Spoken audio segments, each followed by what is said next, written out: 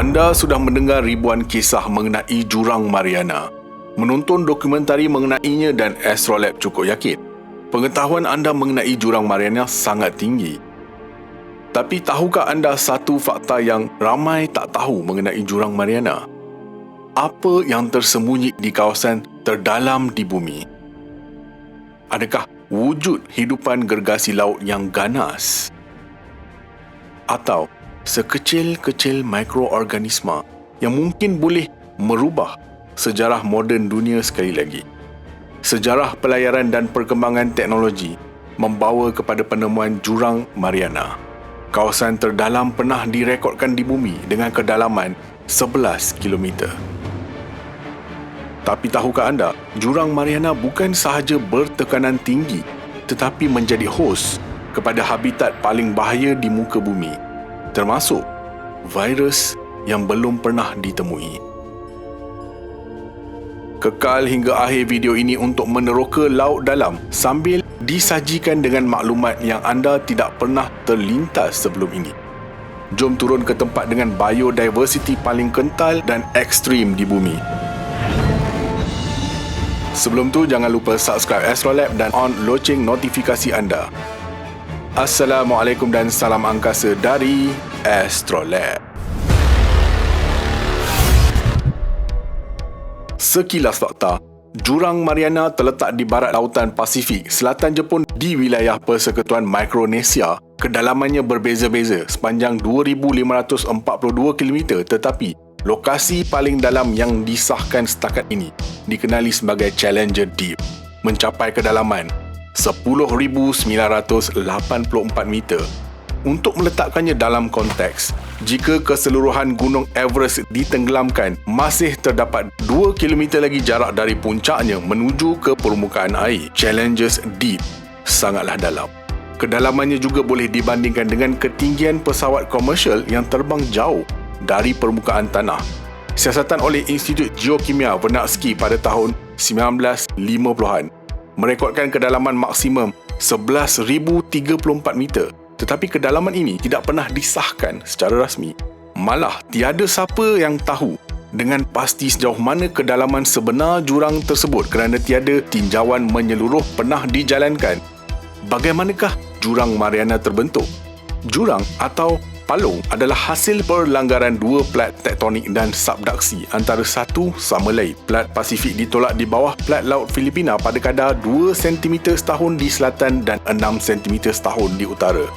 Kadang-kadang jurang lautan secara beransur-ansur dipenuhi dengan sedimen berlumpur dari sungai, tetapi memandangkan Jurang Mariana jauh dari mana-mana garis pantai, ia kekal secara relatifnya kosong dan mengekalkan kedalamannya.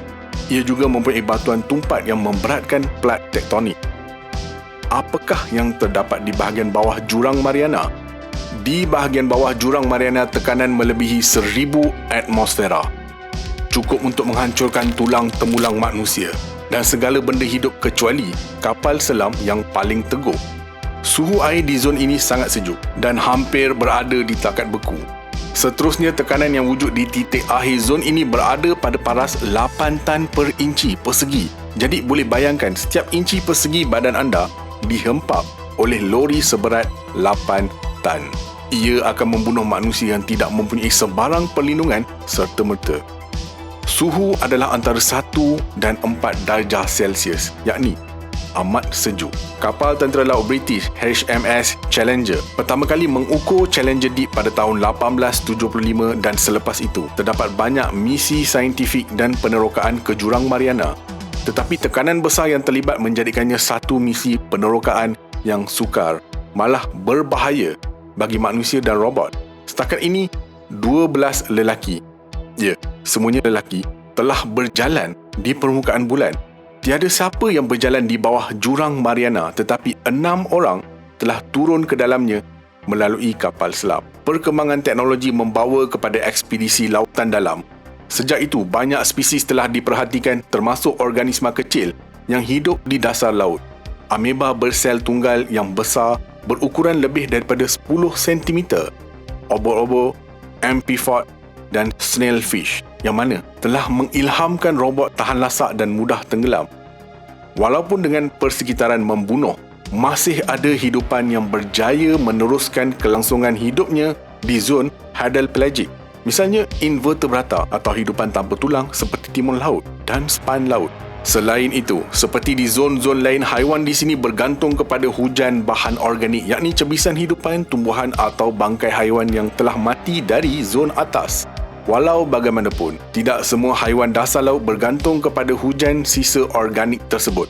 Ini kerana pada tahun 1977, ahli oceanografi menemukan komuniti haiwan dasar laut hadal-pelagic memakan bakteria yang wujud di sebuah bukaan dikenali sebagai bolong hidrotermal.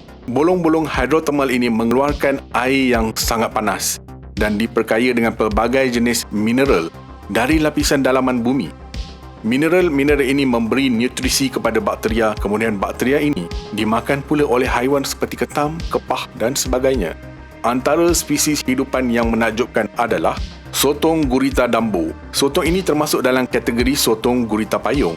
Purata saiznya adalah 20 hingga 30 cm dan mempunyai variasi warna yang mampu menyamar dari serangan pemangsa. Hidup di bawah kedalaman 4.8 km. Spesies ini sangat jarang dijumpai. Salah satu kelebihannya adalah dapat menelan mangsa dengan sekali telan sahaja. Spesies seterusnya adalah spesies paling terkenal, ikan pemancing yang mempunyai lampu yang terjulur keluar dari kepalanya. Selain bentuk badan yang pelik dan gigi yang tajam, apa yang menakjubkan adalah apabila tiba masa mengawan, si jantan akan menyatu bersama dengan si betina.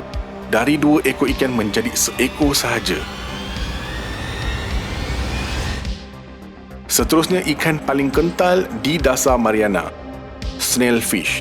Saintis mengkaji ikan hadal atau spesies yang hidup bawah 6,000 meter ini dengan menyusun genom ikan bagi mencari petunjuk yang boleh menerangkan ciri-ciri ikan siput hadal seperti rangka yang diperbuat daripada rawan dan membran selular yang mampu bertahan di bawah tekanan yang besar. Tekanan di jurang Mariana adalah serupa dengan apa yang seseorang akan rasa jika seluruh berat menara Eiffel terletak di atas ibu jari kaki mereka. Tekanan tinggi di jurang Mariana akan menghancurkan tulang normal. Saintis percaya tulang rawan ikan ini lebih bersifat tahan tekanan. Selain dari kehadiran asid lemak tertentu yang membantu membran sel untuk kekal fleksibel pada kedalaman yang besar, jika tidak, tekanan tinggi boleh menyebabkan membran tersebut menjadi tega dan tidak boleh ditembusi. Anda tahu apa akan jadi jika ikan ini dibawa ke permukaan? Tekanan rendah dan suhu tinggi akan menyebabkan ikan ini meleduk. Satu lagi spesies menarik yang mendiami jurang dalam ini adalah sotong gurita teleskop.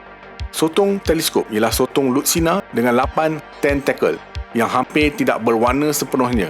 Saiz tentakel sotong ini juga sama, dan sotong ini adalah satu-satunya sotong yang mempunyai mata berbentuk tiup.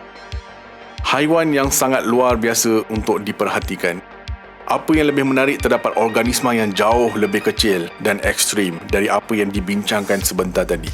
Hidupan mikrobiologi sekecil virus. Virus mempunyai produktiviti yang tinggi.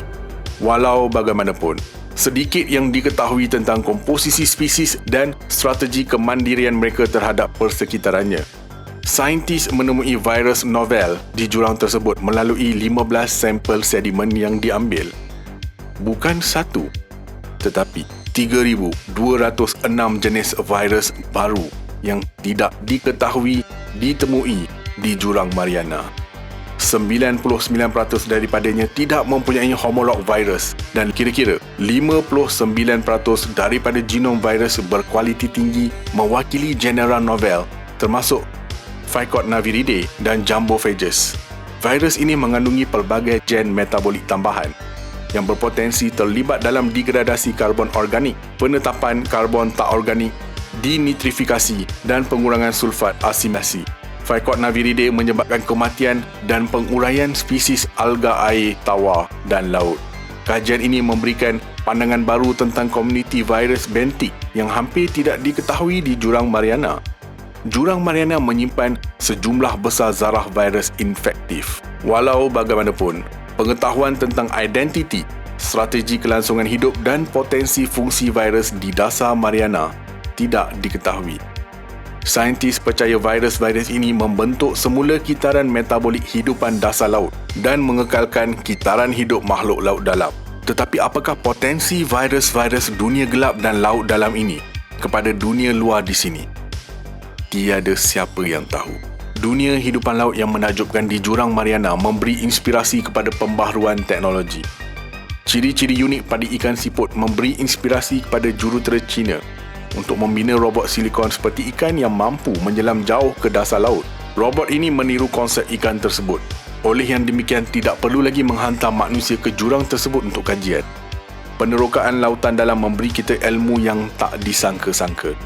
Dari sebesar-besar haiwan sehinggalah sekecil-kecil mikroorganisma. Satu ciptaan hebat dan teratur oleh Tuhan Yang Maha Esa. Apa pendapat anda? Nyatakan komen anda, like, share dan subscribe. Astrolex signing off from space.